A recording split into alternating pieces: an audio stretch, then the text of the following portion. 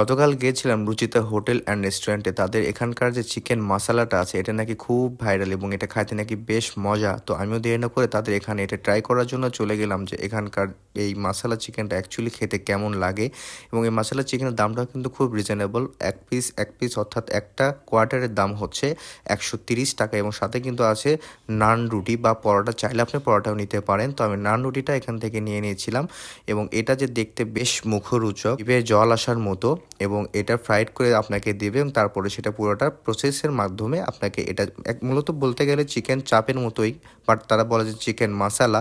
তো আমি এটা পুরো প্রসেসিং পর চিকেন মশলাটা এনেছিলাম, সাথে এনেছিলাম একটা নান রুটি, এটা হচ্ছে বাটার নান, সাথে উপরে বিস্কিটের গুঁড়া দিয়েছিল যার দাম ছিল 40 টাকা মাত্র। এবং এখানে দেখতেই পাচ্ছেন যে মশলাটা সঙ্গে দিয়েছে সালাদ এবং মেয়োনিজ, এবং এখানে যদি কোয়ান্টিটি দেখে বেশ ভালোই ছিল।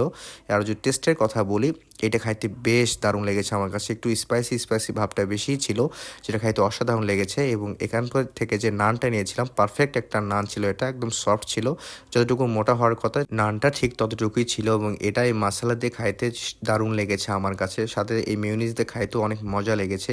তো অন্যান্য জায়গায় মানে হর হামেশা নান গিলে ট্রাই করা হয়, বাট এটা আমার কাছে নান গিলের মতো একটু টেস্ট লাগলো, একটু ভিন্ন ধর্মী টেস্ট লেগেছে, যেটা 130 টাকা হিসেবে আমার কাছে টাকা হিসেবে একদম অর্থিত মনে হয়েছে। তো আজকের ভিডিও এ পর্যন্তই। This is Sijan.